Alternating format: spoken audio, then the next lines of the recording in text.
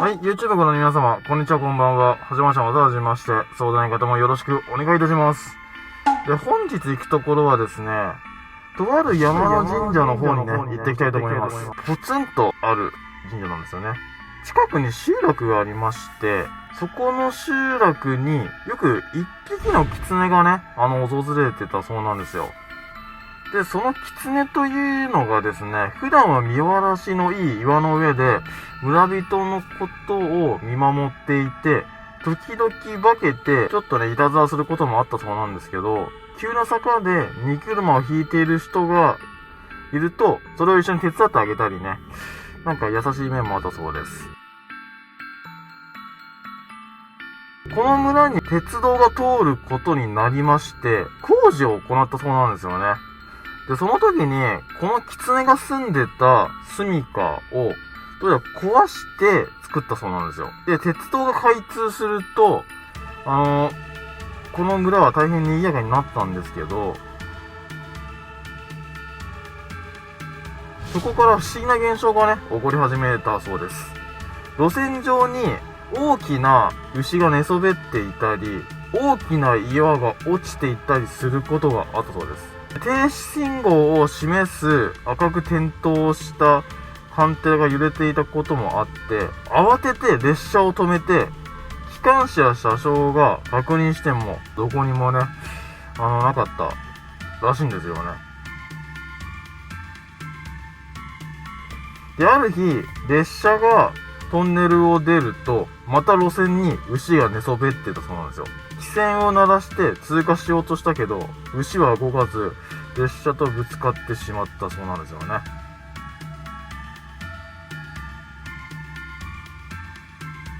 もう何回もこういうの体現してるから、今回も霧か何かの幻じゃないかと思ってたんですよね。確認を行ったら、一匹の狐がね、亡くなってたそうなんですよ。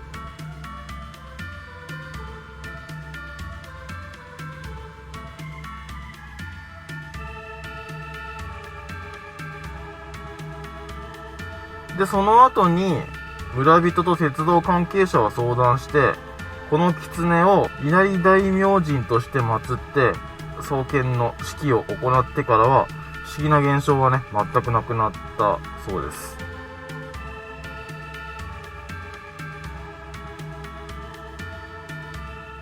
それからは、このお祭りが行われる時期になると、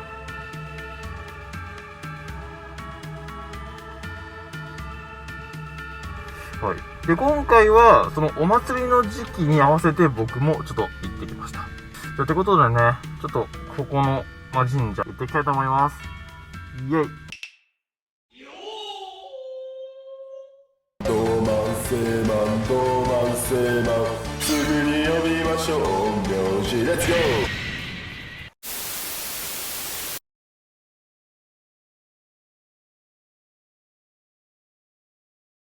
はい、早速ね、その鳥居が見えてきました。早速じゃあね、失礼していきたいと思います。ね、この鳥居を今からくぐっていきます。失礼します。1、2で。ただ夜は、神様がいないって言われてるので、本当時期だけで失礼します。仕返しを心配していた。やがて工事が完成し列車が通ることになったある日、大きな石が置いてあったり、猿カッパを着た人が赤いハンカチを振ったり、女の人が髪を振り乱して手を振ったりするのが見えました。機関士が急停車して確かめてみると全く異常は見られず、再び発進しようとするとまた塔がトンネル出口で乱れ出すということがありそう。こんなことが何日か続き、機関士の恐怖は募るばかりだ。ある晩のこと、路線の上で牛を見つけた機関士はまた幻と思い、とばっかり突っ走ったところ、何かにぶつかり急ブレーキをかけて停車してみると、路線の脇に狐の残骸が横たわっていました。第二トンネル工事を請け負った建設業者の親方は、工事中に狐の巣を潰したことを思い返し、当時の三億地区と相談し、霊を慰めようとトンネル上に祠を作って祀ることにしました。ちゃんとここのそのお稲荷神社の名前を付けて神主を招いて盛大な式を行ったところ、幻のような現象はピタリと、消えたそうです。それ以来毎年4月には大祭りが行われている。大手の会社がここまでするぐらいなんですごいよね。明治時代からずっと残ってるんですよ。でここにはなんか書けなかったらしいけど、このトンネル内で脱線事故があって多くの方がね亡くなってるそうなんですよ。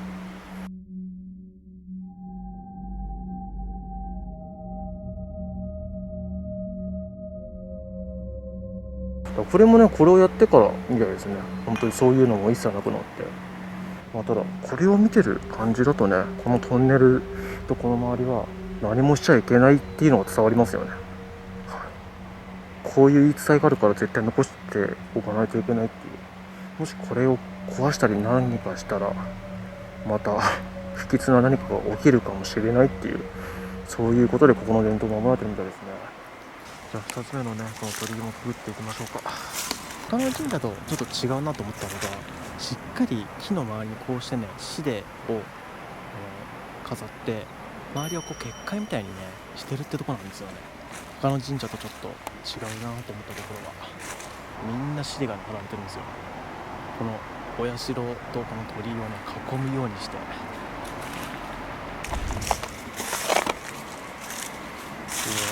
れ常になんかもう塗ってるって感じですよね。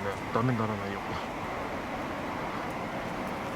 に。ただお賽銭するとかそういうのはないんだね。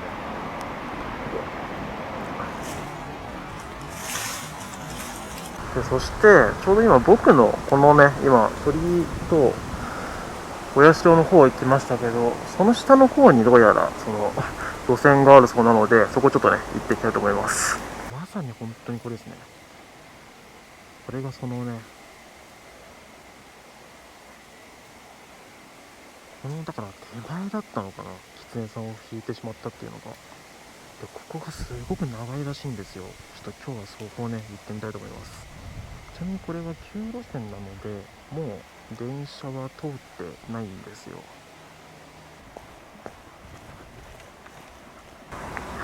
雰囲気はありますよ、かなり。この鳥居の下の方にねやってまいりました。だいぶね雰囲気はこうしてあります。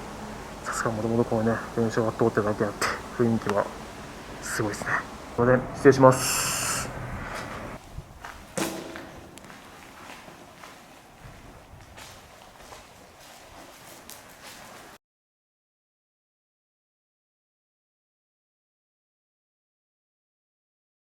ライトを解除します。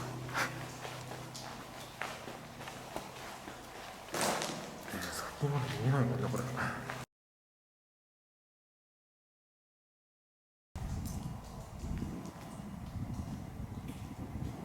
何の音だろう。ずっとピーピーになってるけど。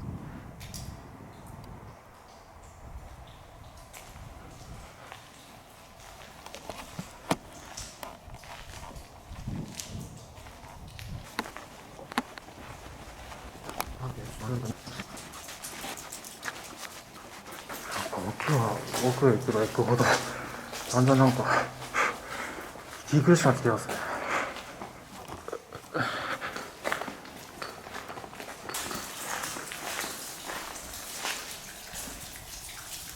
多分ここにホームレスがいたんだね。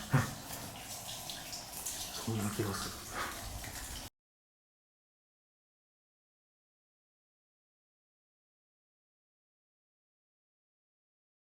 だんだん水もね、水位が激しくなってきましたね。奥へ行けば行くほど。こ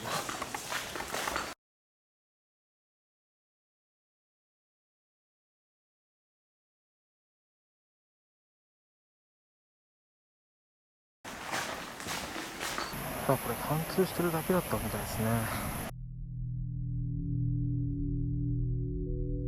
これそういう事故がね起きたと思うと本当悲しいですよね。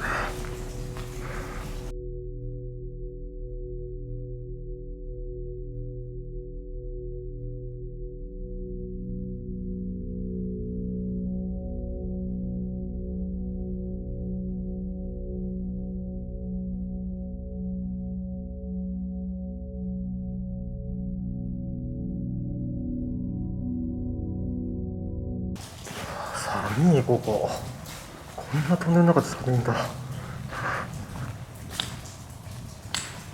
何？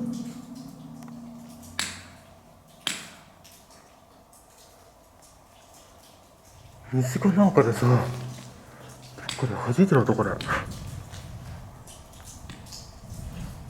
そうです。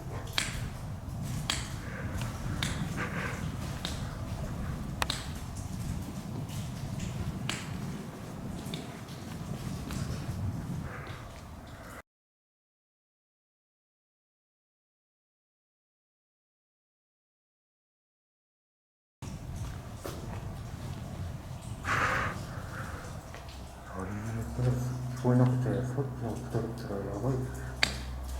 雨鳴ってるよ。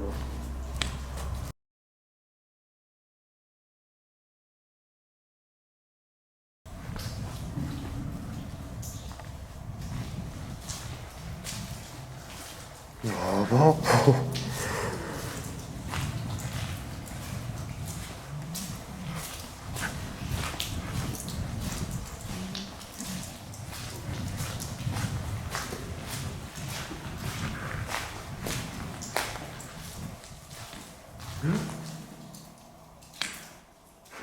ダメだ、俺ちょっと無理これ。そうだよ、やばい、無理。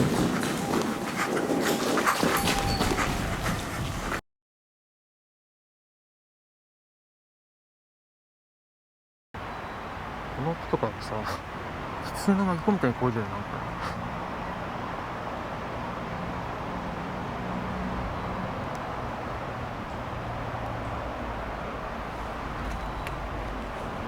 何このピーって。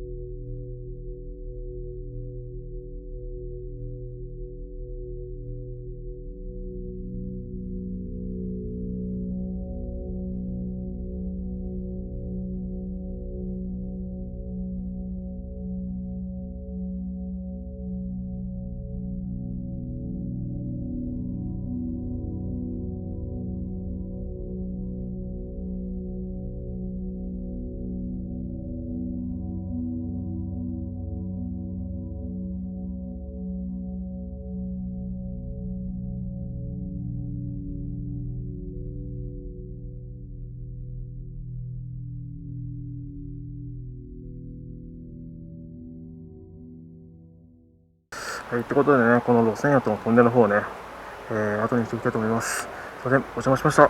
失礼しました。は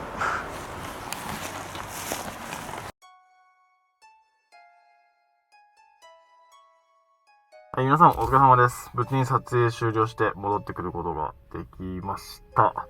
実はですね、オープニングの方はちょっと撮り忘れてしまって、エンディングとね、実は被りの動画になってました。特にね、何か嫌なことが悪いことあったってわけじゃないんですけど、言い方はあれだけど、トンネル自体がなんか生きてるような、そんな感じはしましたよね。もう年季が入ってるから、そのなんかゴツゴツっとした音が入ってたからなのか、ただやっぱりね、毎年こうなんか祈願してる場所ってだけあってね、何かこうパワーのものを感じることはありましたね。はい。ただ、行くだけでやって、何かいたずらとかしたりしないんだったら、特に何にもないいい場所。いたずらとかしたら、なんかこう罰が当たるんじゃないかなって、ちょっと、僕はそういう風にね、でも実際でもね、本当にこういうことがあったから、神社を建てたっていうところって、多分全国探してもそんなにないと思うんですよ。だから本当に今回は、不幸なことを続いたからこの神社を作ったら良くなりましたっていうのは、もう指で数える程度の中の一つだったと思うんで、今回は本当にお送りできてよかったと思います。場所も場所で本当にでもね、アクセスしづらい場所だったんですけどね、今回は。はい。ってことでね、今回の動画はここまでにして終わりにしたいと思います。ってことで、また皆さん次の動画でお会いしましょう。See you. イエイ。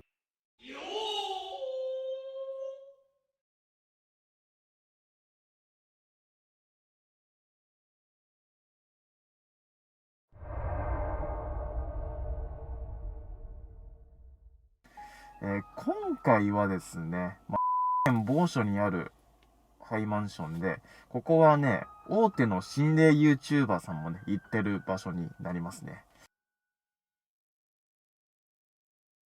正式名称っていうのは、ないんですけど、以前紹介した山口県の7つの家や、高知県のシーサイドマンション、あと群馬県のオートモビールもそうなんですけど、それと同じような感じで、突然ね、生活してた感じの痕跡が残ったままで、住人が突然消えたような感じのね、ハイマンションらしいですね。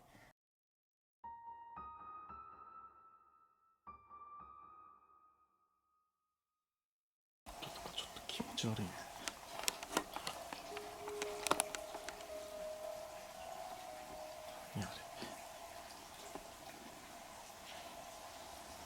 なんかな、これあるかな。スポーツ関係のファッション雑誌かな。多分時が止まったのはブラウン管テレビなんで、2000年代前半って感じ。でもこれ結構まずタイプだから、どうだろう。1990年代の可能性があるね。